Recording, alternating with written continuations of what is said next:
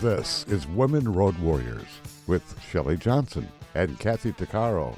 If you drive long haul, short haul, or heavy haul, they're here to empower and inspire women in the trades on tncradio.live. So gear down, sit back, and enjoy. Welcome to Women Road Warriors with Shelley Johnson and Kathy Tuccaro. We're a show that works to inspire and empower women in trucking, in the trades, and every profession. We tackle all kinds of topics and work to encourage women to be their very best with informative guests and women who've been champions. I'm Shelley, and I'm Kathy. No topic is not allowed on our rig. We tackle the tough topics along with the not so tough topics, and we like to feature experts and celebrities who can assist women in being the very best they can be. Women champions who've overcome major odds are people we love to feature on our show. They've climbed many mountains of their own and are great examples for our listeners. Lisa Thompson is one of them. She's the second American woman to climb the K2 summit, considered to be the deadliest mountain in the world. She entered the male-dominated world of high-latitude mountaineering to show she had as much moxie as any man. Before climbing K2, she summited Mount Everest in 2016. In 2017, she was featured in Capturing Everest, the Emmy-winning documentary produced by Sports Illustrated. Lisa competed in what's been traditionally a man's world, defying the naysayers. She's also a breast cancer survivor. Lisa has a new book called Finding Elevation, about overcoming fear and finding the courage within to climb the world's most dangerous mountain. It's got great messages for our listeners. She's with us today to tell her story. Welcome, Lisa. Thank you for being with us. Thank you, Shelley. It's great to be here. So I thought we could start with you telling us about yourself. What got you into climbing mountains? Oh my gosh. Well, I like to say that I started climbing mountains out of spite. Like many people, probably many of your listeners, the best way to get me to do something is to tell me that I can't do it or shouldn't do it. Oh, yes. And that was certainly true. You're a lady after my own heart. There you go, Lisa. So the longer version of that story is that I was the only woman at my level at a new company. I was in my 30s, and this is in Seattle, where climbing is a big part of the culture here. And so my male colleagues, who were not bad guys at all, they would, every weekend or so, they would go climbing in the Cascade Mountains near Seattle. And I desperately wanted them to see me as capable and as part of their group.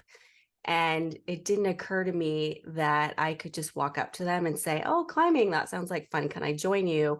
Instead, I got really frustrated, hearing their stories on Monday morning when they would return to the office and just seeing their camaraderie and the bonds that they were building. And so I decided I would just go climb my own damn mountains. And that led me to eventually to the top of Everest. And as you mentioned, Shelley, to the top of K2, the most dangerous mountain in the world. And in the beginning, while it's true that spite and this desire to be seen as capable by the men in my office that's what pushed me into mountaineering, I really over time gained so much more from my time in the mountains, and that the growth that's happened and what I've learned about myself has really shifted over time. So it was spite that got me there, but I've learned so much and gained so much more after that. That's amazing. Now, I know a lot of people have heard of Mount Everest, but K2, maybe not so much. Where is K2 and how high is it? Yeah, it's a great question. It's so true. If I, go to a cocktail party or meet people, they'll, be excited and want to hear about Mount Everest. And I'll want to say, but there's this other mountain that's so much more difficult that I also climbed. And they're like, yeah, whatever. We want to know if you saw any dead bodies on K2 or on Everest. So it's just, Everest, because it's the highest mountain, it has a lot of cachet as a result of that. And it's very well known and people have heard of it and have probably seen movies about it at this point. But K2 is the second highest mountain in the world. It's about 800 feet shorter than Mount Everest.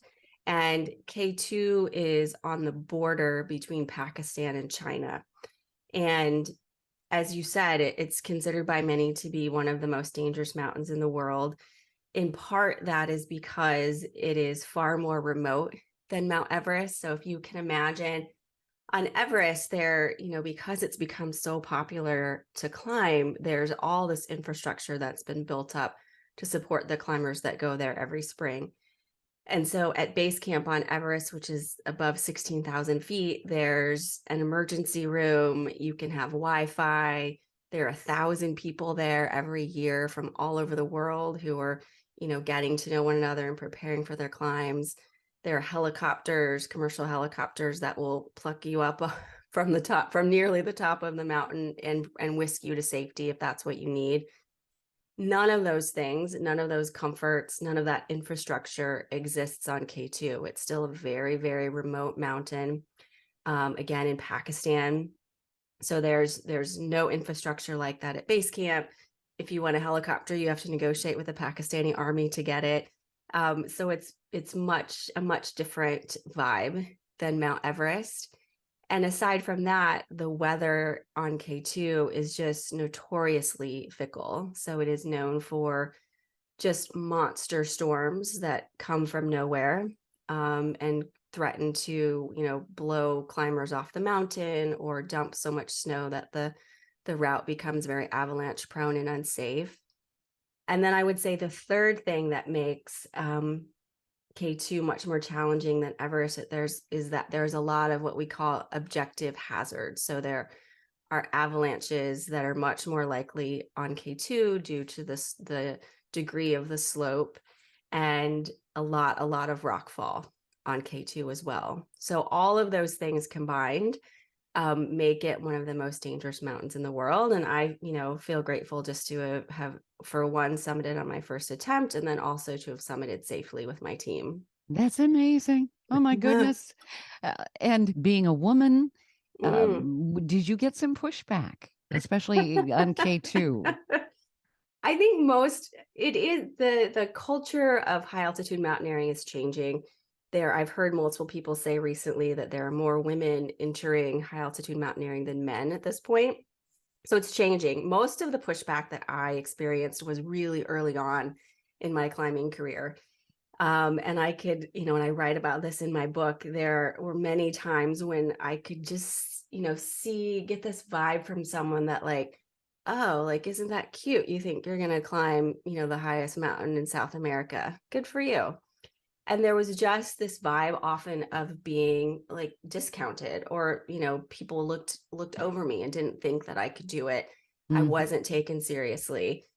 And that, like I said in the beginning, that of course drove me to just work so hard to be as ready as I could possibly be to climb whatever mountain was my next objective. And that, for example, when I summited Denali, which is the highest mountain in North America, it's in Alaska, part of that climb meant that I had to carry nearly my body weight combined between a backpack and a sled. So I would carry and pull over 100 pounds.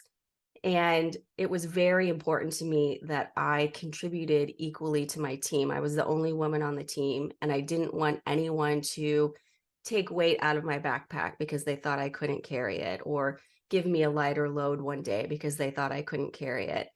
And so that just drove me to just focus very intently on preparation, on being as prepared mentally and physically as I could be to take on these mountains, because I never wanted to be to contribute in a negative way to my team, and I didn't want anyone to see me as not being capable either. So it really pushed me. Oh man. And bravo. How do you train to climb mountains? Because obviously you have to do some practice. It takes a distance and time away from work to actually climb a mountain. How do you even prepare? Yeah, it's something that has been really important to me. So important that in 2018, I started my own company to coach mountaineers. It's called Alpine Athletics. Okay. And so it totally depends on where you're coming from. Some people that I coach have, climbed, say, 5 of the 7 highest mountains on each continent. So they're very skilled already. Other people that I coach are coming to me and they maybe saw a movie about climbing a big mountain and thought it was something they wanted to try, and their goal someday is to climb Mount Everest. So it depends on your starting point for sure. But the sort of big takeaway about about training to climb any mountain is that it's an endurance activity. And people often don't see it that way. They think, oh, I have to, like lift a bunch of heavy weights and do a bunch of squats in the gym. And it's really much more about building your aerobic capacity, which is not fun or sexy work. It's a lot of like running at a moderate pace and speed to build up what your lungs can do. And then you mentioned, Shelley, just the time away to climb as well. Part of preparation is to make sure that you've got the skill necessary to climb whatever your mountain goal is going to demand of you. And that was certainly a big deal for me before I attempted K2. I wanted to make sure that I was comfortable climbing sketchy rock, that I was comfortable moving at 25,000 feet on near vertical rock while wearing a down suit and crampons. And so a big part of preparation is to make sure that your skill and ability match what that mountain demands of you. And I think, that sometimes gets overlooked. Sometimes people let their ambition get ahead of their ability. And it's so important to me to make sure that I'm as prepared as possible. I think it's actually a bit disrespectful to a mountain to think that, I didn't prepare appropriately, or I don't understand what this mountain is going to demand of me, and to show up and think that you can have a good experience. So preparation to me is huge, big deal. Makes sense. Just in terms of safety. Yes. I think a lot of people who have never climbed a mountain want to know, why does somebody want to climb a mountain? It's really interesting you guys we're talking about this, because I'm going to Machu Picchu in October. It's a 5-day hike. Yes, that's great. Amazing, Kathy. And it makes me wonder, God, because I've already started working out, and I'm talking. I have a personal trainer at work, Great. and now I've committed. I've got a bunch of my coworkers coming, and so I'm thinking. I keep asking myself, what do I need to prepare to do this 5-day hike plus an extra day to Rainbow Mountain? But we'll talk after, Kathy. We'll get you ready. Sounds good. What do the mountains represent? Is it a symbolic thing, or is it a thrill-seeking thing? I think a lot of people go, why do you want to climb the world's biggest summit? Why do you want to put yourself at risk? Is it scary? That sort of thing. Great questions. And that is sort of what's at the heart of my book, is exploring what it is that causes us to take, or caused me at least, to take such big risks. And so the answer is not a short one, but mountains for me represent a way for me to find out what I'm capable of. And that was very, very true in the beginning of my climbing career. And as I've matured and, started to answer some of those questions and started to understand my capability, mountains have taught me so much. So they have also taught me about humility. They have taught me about what it's like to be on a team. If I am physically tied to you, Shelley, as we're ascending, just say Mount Rainier, which is the highest peak in Washington, I'm relying on you to stop me if I should fall, and vice versa. And that sort of, intense teamwork, which I'm sure you've probably experienced too in your career, Kathy, is something that draws me back to the mountains time and time again, because it's a very rewarding feeling to know that I've contributed in a positive way to this team, and we've achieved this goal that, while we're climbing maybe separately, and we're coming from with, different backgrounds and experiences from different parts of the world, we've worked together to accomplish this goal safely. And so that sense of teamwork is something that brings me back every time. Stay tuned for more of Women Road Warriors coming up. Industry movement Trucking Moves America Forward is telling the story of the industry, our safety champions, the women of trucking, independent contractors, the next generation of truckers, and more. Help us promote the best of our industry. Share your story and what you love about trucking. Share images of a moment you're proud of. And join us on social media. Learn more at truckingmovesamerica.com. Welcome back to Women Road Warriors with Shelley Johnson and Kathy Tuccaro. I went to Tibet to base camp in 2018. I did a 7-day tour, and because I was touring all the monasteries because it's something I've always wanted to do, and we ended at base camp. There's a monastery there. It was November 22nd. It was the last day that the camp was open, and the night before we were hiking to the actual sign, they have at the monastery guest house, they don't have doors. It's these yak blankets, and I went to get more hot water because it was so freaking cold from the main place anyway, and I tripped over a step, and I as I'm going down, I yanked on the yak blanket to stop myself, so I tore my ligament, and I also sprained my foot. Oh no. But so the next morning we're hiking to the thing, and I'm thinking, you know what? I've made it all the way here. I'll be dipped if I'm gonna be not making it there. I hiked that last 4 kilometers with a sprained foot to that sign. Wow. Just to make sure that I could get that picture and say I did this, That's right. And I filmed. I don't know if there's only one base camp, right? On Everest? Yeah, I mean, there's different levels, but I mean, this is like the very, very bottom one. Yeah, so there's a base camp on each side. There's 2 very common routes to climb Mount Everest, one on the north side in Tibet, which is where you were, and one on the south side in Nepal. So on each side, there's only one. Yeah. Yeah. Okay. Because I remember, because I was in Nepal for 5 days, and then I went to flying through the air, taking the pictures of Mount Everest. I gotta tell you, we went so close. I paid for a $200 trip just to fly to Mount Everest and back. It's impressive. It's so impressive. Movies don't really depict it properly, I don't think. When you see it, you're like, oh my gosh, right? So it's so true. And I was fortunate just this past fall to go back to Nepal and co-led an all-women's expedition to climb a different mountain there. And there's a point as you're walking in, and maybe you experience this too, Kathy, where you're still kilometers and kilometers away from even base camp, but you can see the mountain. Yeah. And it looks so huge and daunting. Daunting is a good word. Yes, so far away. Bet.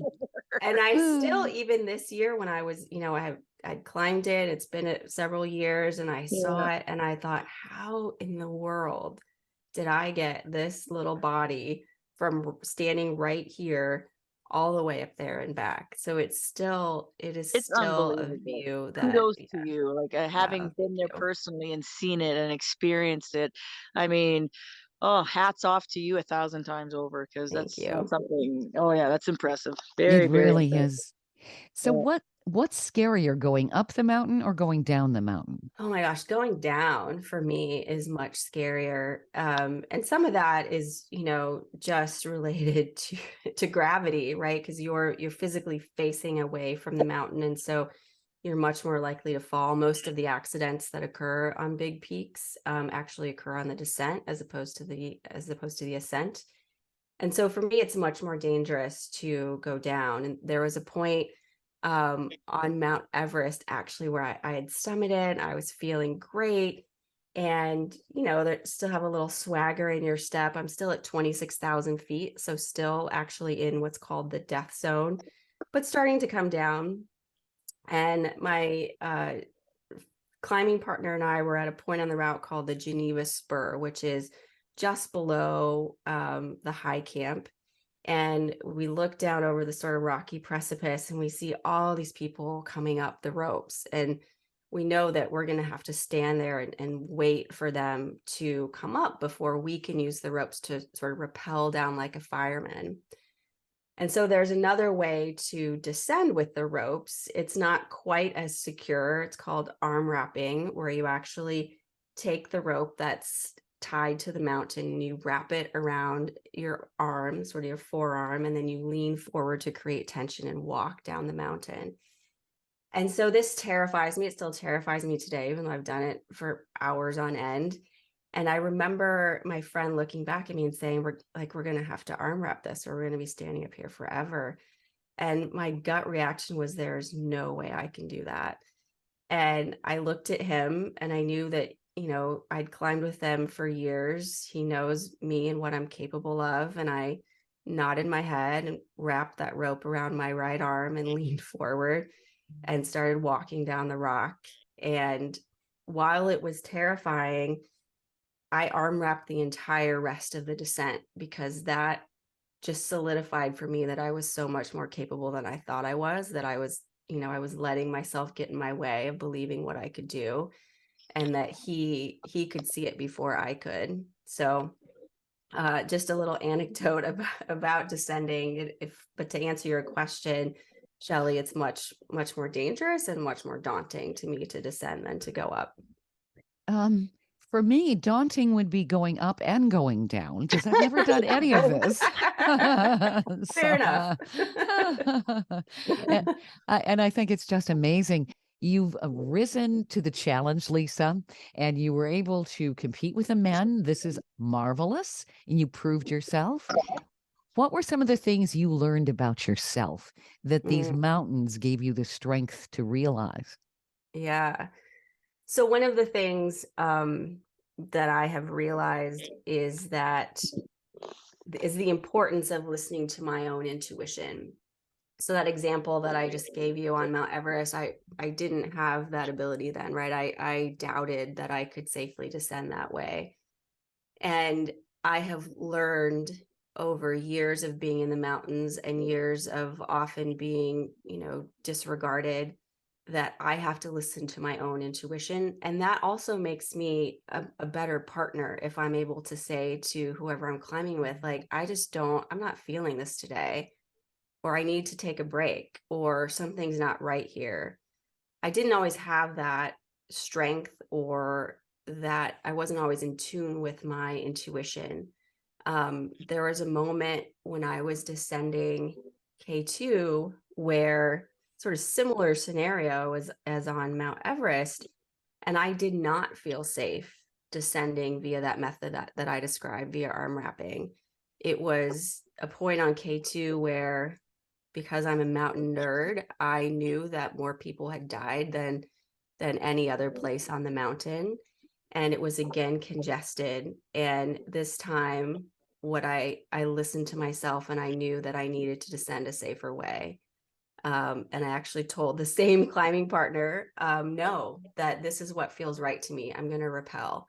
And that got a little complicated because there was someone on my rappel rope. So if you can imagine, I'm descending, and there's actually two ropes in that section, one meant for people going up and one meant for people coming down. And someone had decided to climb up the rope meant for people to descend.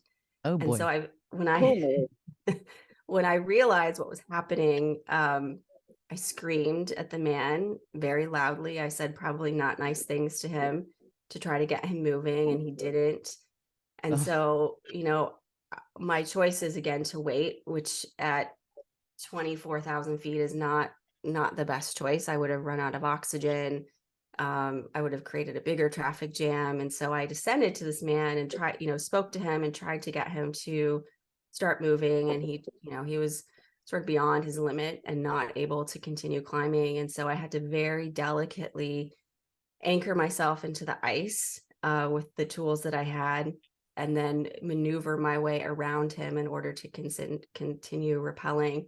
And it was one of those moments where, when it was all said and done, I realized that I'm much more capable than I think I am. I think that's true for every single one of us. I was just gonna say that. I think we all stop ourselves. We do. Right? Yeah. Yes, we do. We do. And sometimes it's these intense situations that, you're put in for whatever reason, and you don't have a choice but to use every tool and all of your resilience and all of your, skills and background to get through it. And you realize, wow, I am capable of that. And what I hope is that the next time that little voice, pops into my head saying, I don't think I can do that, that I go back to another scenario where I thought that, and I actually did.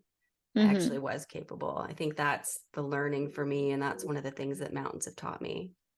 I think that's really good advice for every single listener out there, regardless of the situation that they're currently facing, that if they think they can't do it, maybe reflect back on some other difficult situation that they've managed to come through, and look at it a little different, and use that as fuel to say, you know what, I did that, so I can do this. Right? So Yes. true. It is Yeah. so true. And I think it doesn't matter if it's about asking your boss for a raise, or, having a difficult conversation with your spouse, or having another child, like whatever it is, Yeah. it Sure. is so true. Yeah, Yeah. you could take a step back and say, I did all of these things. This is a piece of cake. I can handle this. You know, Yes. like, just this last week, on the dozer, when I was on top of these really big piles of dirt, and I had to flatten all the tops. Well, these crevices on either side of this dozer were so deep and so steep, and I'm in a big piece of machine, right? So you think one wrong move with my wrist will send me flying down this crevice. And I started looking at that. I'm like, well, you know what, Kathy? You can either sit here and dwell in that fear, because let me tell you, my gut was like, ugh. But then again, my brain kicks in, and no, you got this, you can do this. And just I put, every step that I needed to do to get through it, and I did. And by talking myself through it out loud, and do this and do this, it actually, the fear disappeared, and I was focused more on what needed to be done. And at the end of it, I was quite proud of them. Like, damn, girl, damn, look what you just did. Look what you just did. And verbalizing that Yeah. is important, isn't it? To kind of retrain our brain, or convince our brain that, get over this. This is not too scary. I can do this. I can do this. Right? Yes. Yeah. Yeah. Absolutely. I talk to myself a lot when I'm climbing. I talk to myself a lot anytime. I can't imagine how much I'd be talking on a mountain. Oh, wow. So, Lisa, these things, you tested yourself to a degree most people don't. Would you say that this kind of inner strength that you discovered, did that also help you when you found out you had breast cancer, and be able to go through this and become strong and be a survivor? Yeah, it absolutely did. And I thought about that question a lot. Was it cancer that helped me in the mountains, or was it climbing that helped me get through cancer? And I think both are true, because they're so intertwined for me. And so I was diagnosed with breast cancer when I was 42. I, had a routine mammogram before work one day. Never in a million years did I think, when I walked into that exam room, that the outcome would be that I had tumors in my left breast. Never thought that. And so, part of the learning or the realization is that life is so fragile, and it can change in a second. And that has certainly contributed to me wanting to accomplish all the things in the mountains and in life that are important to me, whether that's writing a book or whether that's climbing Mount Everest. So cancer definitely influenced the rest of my life, and it still does today. There were also moments, when I had cancer, part of me getting through it was just to think in really small steps about what I needed to do, what decision I needed to make. Sometimes it was, I'm just gonna, do the laundry, and I'm gonna celebrate when I get through with that, because it just feels so impossible today to do anything. And that is true in the mountains too. Like, I think similar to what you were saying, Kathy, like, I'm just gonna take, like, I'm gonna climb to that next rock, and I'm gonna celebrate it when I get there. And then I'm gonna think about what the next thing is that I need to do today. And so they're, for me, climbing and having cancer are now so intertwined and so sort of like influence one another in positive ways. And I'm grateful that I get to take from each of those experiences the things that allow me to keep growing and evolving. Mm-hmm. You'd almost think that cancer is the biggest mountain you've ever climbed, right? You've ever overcome, is that. For right? sure. For Yeah. sure. Yeah. Yeah. And I also think that we're put in those situations for reasons. At that point in my career, I was very, very focused on like achieving everything I could in a corporate setting. And after cancer and just realizing how short life is, I totally reprioritized my life, Mhm. stepped away for a while from that corporate environment, got a divorce, actually sold a lot of things, and it really just caused me to focus on what was really important to me. Isn't that true? Yeah. Sometimes that has to happen. Yes. We do an introspective and we take a step back and say, what do I really, really want? And am Mhm. I being who I'm truly supposed to be? In a lot of ways, I think the pandemic has done that with a lot of people. Mhm. Yes. Yeah. Mhm. And I think I sort of needed, that like abrupt you have cancer moment to cause me to have that introspection. I think I was so focused on other things that I needed someone to really just whack me in the head and get me to pay attention. And hindsight today, looking back, I'm grateful for that because I know my life would not be as full and meaningful if I hadn't had it. Stay tuned for more of Women Road Warriors coming up.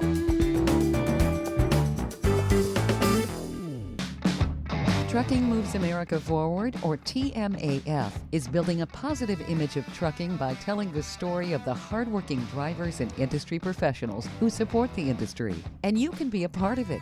Learn more about TMAF and how you can join and be a part of the industry movement working to build a strong image of trucking by visiting TMAF's website at truckingmovesamerica.com. You can also follow us on Facebook, Twitter, Instagram, and our latest channel, TikTok. Welcome back to Women Road Warriors with Shelley Johnson and Kathy Tuccaro. Lisa, you've led such an incredible life and you've risen above so many obstacles, even when there was major adversity. It's interesting what adversity and fear really does to the human psyche. I think we do become very myopic in what we're doing. We just become so focused and we stop taking care of ourselves, a lot of different things. And sometimes we need a jolt to say, hey, you got to get out of this chaos. This is not good for you. Right. My 13 years of nursing, if the one thing that it taught me is that people think they have time and they don't necessarily do. And I know for a fact, I've been at the bedside of, I'm going to say hundreds and hundreds of people at the end stage and holding their hand and having them tell me, all the regrets that they had. Yeah. They didn't forgive enough. They didn't travel enough. They didn't love enough. They're still full of anger and resentment for family members or whatever it is, right? And I remember back then, thinking, I'm not going to live my life like that. I don't want it to come to the end and think like, oh man, I should have did this, I should have did that. And so I have spent my entire life, um, not to mention the fact that I should be dead 10 times over already and not that I survived. But I came to terms that God did not leave me on earth to sit on the couch and waste precious time. And so I use every moment, if not every second of my waking hour to do something I feel to make a ripple effect of positive vibes to the world, to give hope Yeah. back. Yeah. And it's so important to me. Like right now, I'm just going through the whole thing. I'm selling my house. I had to put my mom into a better home, and I'm looking at all the stuff that's cluttered, that's collected, And as of this moment, I'm the most minimalistic person that's gonna because it's like I'm 53 and I'm looking, I'm like, what the heck? Like I'm at that crossroads where no, this is not where I need to be, this is not where, right? So I'm really doing a lot of introspective, and I'm sure when you came to terms with the whole cancer thing, it was similar, right? Like what Yes. is important? What isn't Yes. important? Yeah. Yes. Yeah. Such, And especially the stuff for, I don't right? know, 3 or more months. I just lived out of a couple of duffel bags, and it felt so good. It felt so good to be like, what am I going to wear today? Well, I only have these 3 things. I guess it's Oh, one of those. Yeah. Yeah. Yeah, it's life altering, but in a good way. Hmm. Because I mean, I look at a lot of my coworkers and I look at their lives and or the typical life, right? You go home, you go to work, and you do all that. That is not who Kathy is designed to be, and so I choose that no, from this that I'm going to be doing something way different. And I think I'm rather blessed to be able to see that, to remove the blinders and see that there's so much more to life that people allow themselves to live, you know? Hmm. It's almost like they're holding themselves back from, they have dreams and goals, but oh well, I got this and this, and oh, it's okay. Now's not the right time. Yeah. There's never a Yeah. right time. Never. Exactly. Right. Exactly. It's very true. You got to And make the time. that's right. Yes. Create Yep. it. And maybe fear is one of the biggest reasons people say, yeah, I'm not going to do that. They don't Yeah. admit they're afraid, but maybe inside that's the biggest obstacle. Yeah.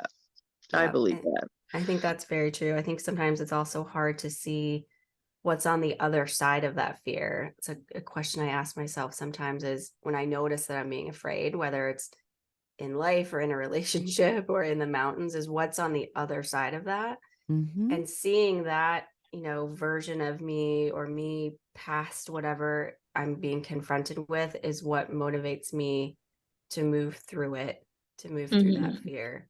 And I think, like you said, Kathy, we often get so just sort of stuck and myopic and unable to move or think beyond whatever is fearful in the moment. Yeah. Stay tuned for more of Women Road Warriors coming up.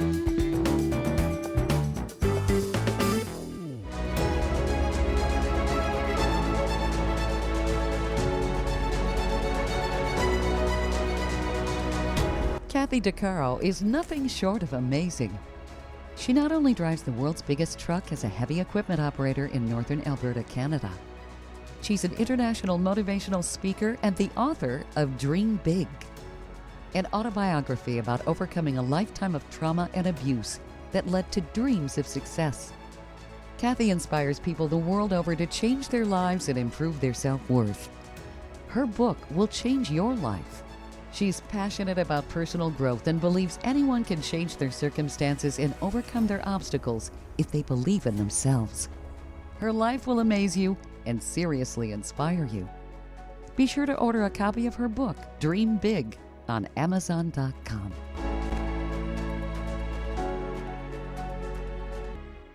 Industry movement Trucking Moves America Forward is telling the story of the industry, our safety champions, the women of trucking, independent contractors, the next generation of truckers, and more. Help us promote the best of our industry. Share your story and what you love about trucking. Share images of a moment you're proud of. And join us on social media. Learn more at truckingmovesamerica.com. Welcome back to Women Road Warriors with Shelley Johnson and Kathy Tuccaro.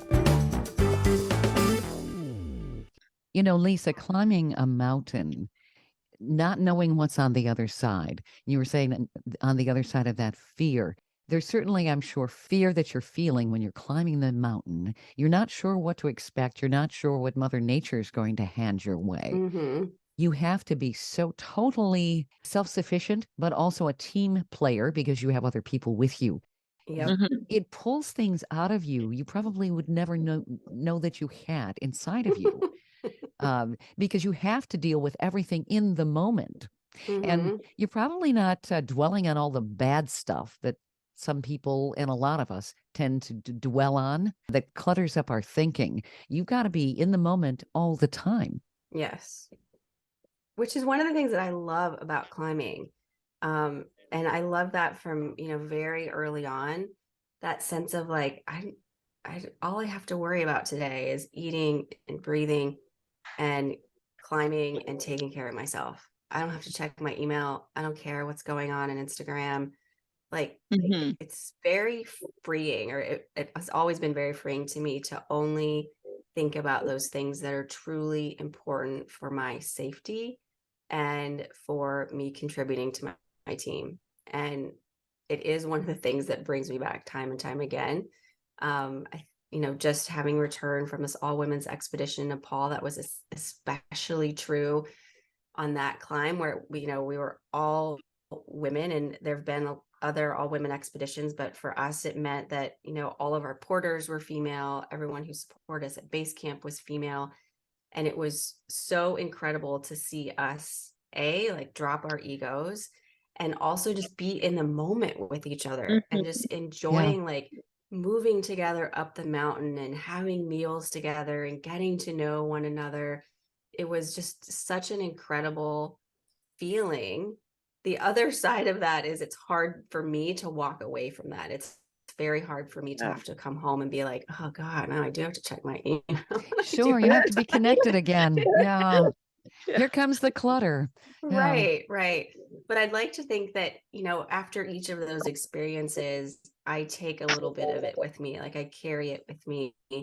And it takes longer and longer, I find, for it to sort of, be diminished by just the day-to-day stuff that we all have to deal with.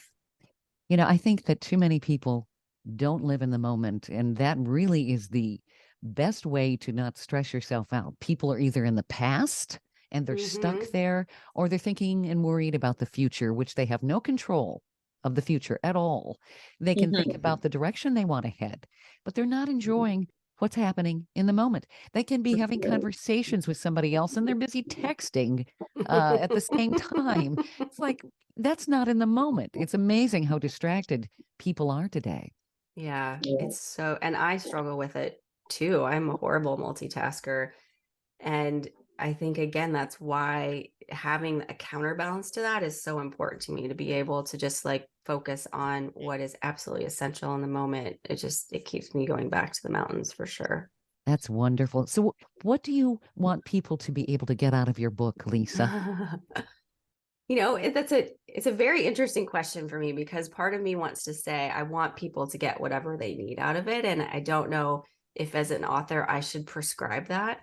But what I have heard from people who've had the chance to read the early versions of it is that it's been incredibly inspiring for people, and not just for people who are interested in climbing, but for people who, especially women, who have been told no, or told that they shouldn't do something or couldn't do something, or have had a goal that other people told them was too audacious or big, and that it's helped readers realize that they can accomplish those things. And so that, to me, it is a little bit overwhelming. When I set out to write in 2015 when I had cancer. So it's been a multi-year process, and I've learned a lot about, the art of memoir and the art of writing. I certainly haven't figured it all out. But after that, arduous road of like editing and writing and rewriting, and to finally see my memoir, about to be in the world, and to hear from people that it's impacting them in a positive way, is just incredible. It's one of the most incredible feelings I think I've ever had. So I hope, that readers find it entertaining. I hope that, I think it will appeal to readers who are interested in knowing what it's like to climb a big mountain, and especially what it's like to do that as a woman. Hmm. I think it will shed some light on just human motivation and risk taking, and why it is that we take the risks that we do in life. And I think it will also, or I hope it will also, inspire people to set a big goal, or to, look past whatever's in front Mhm. of them that's scary or fearful, and to take the next step towards whatever their goal is. Those are the things that I would hope for the book. And that's what's so very needed today. And certainly you're an inspiration. And somebody may not decide that they want to go climb a mountain, but they can use that metaphor to climb Yes. that mountain that's in their way, Yes. perhaps. Yes. Or you can use a bulldozer and move that Or a mountain. bulldozer. There you might go. Yeah, borrow I your like that, bulldozer Kathy.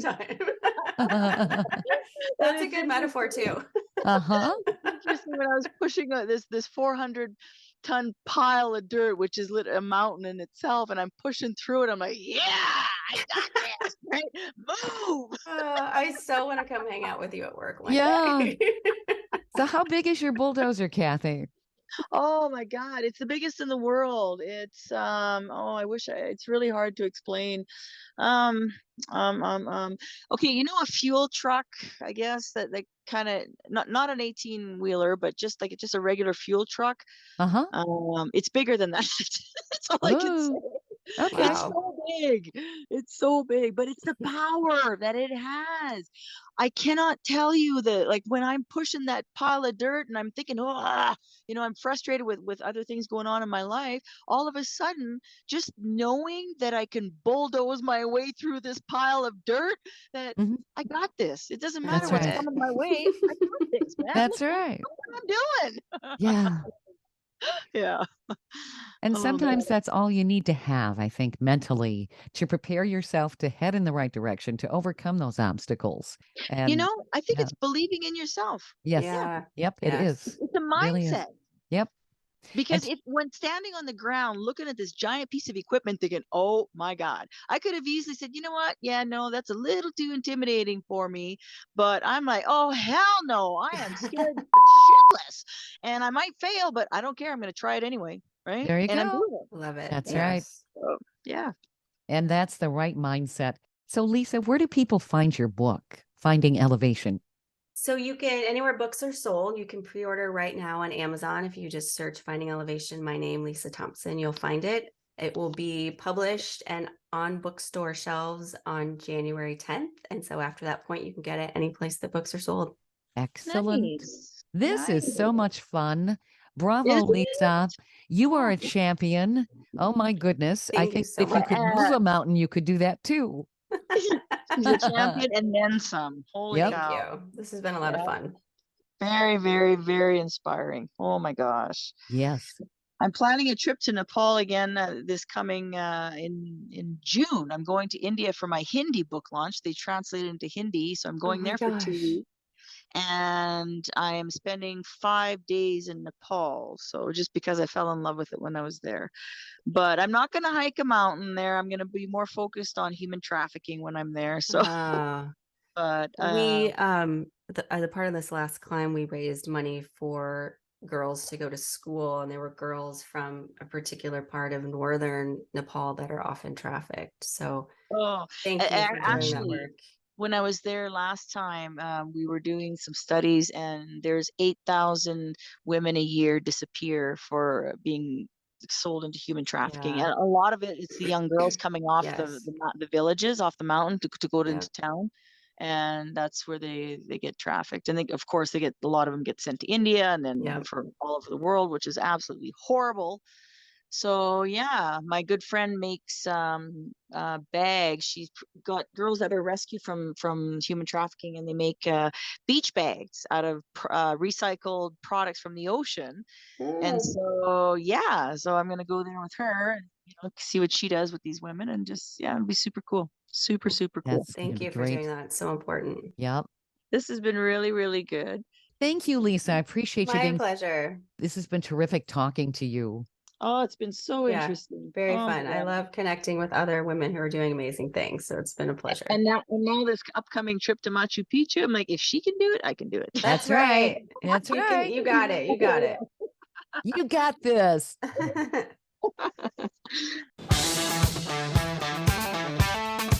You've been listening to Women Road Warriors with Shelley Johnson and Kathy Tuccaro. If you want to be a guest on the show or have a topic or feedback, email us at info@tncradio.live.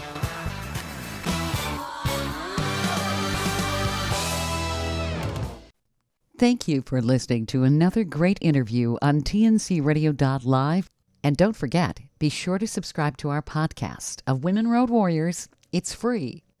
All of the material you hear on tncradio.live on our website, our broadcasts, or our podcasts are copyrighted. There can be no distribution without the express consent of tncradio.live and its partners. For inquiries, write us at info@tncradio.live.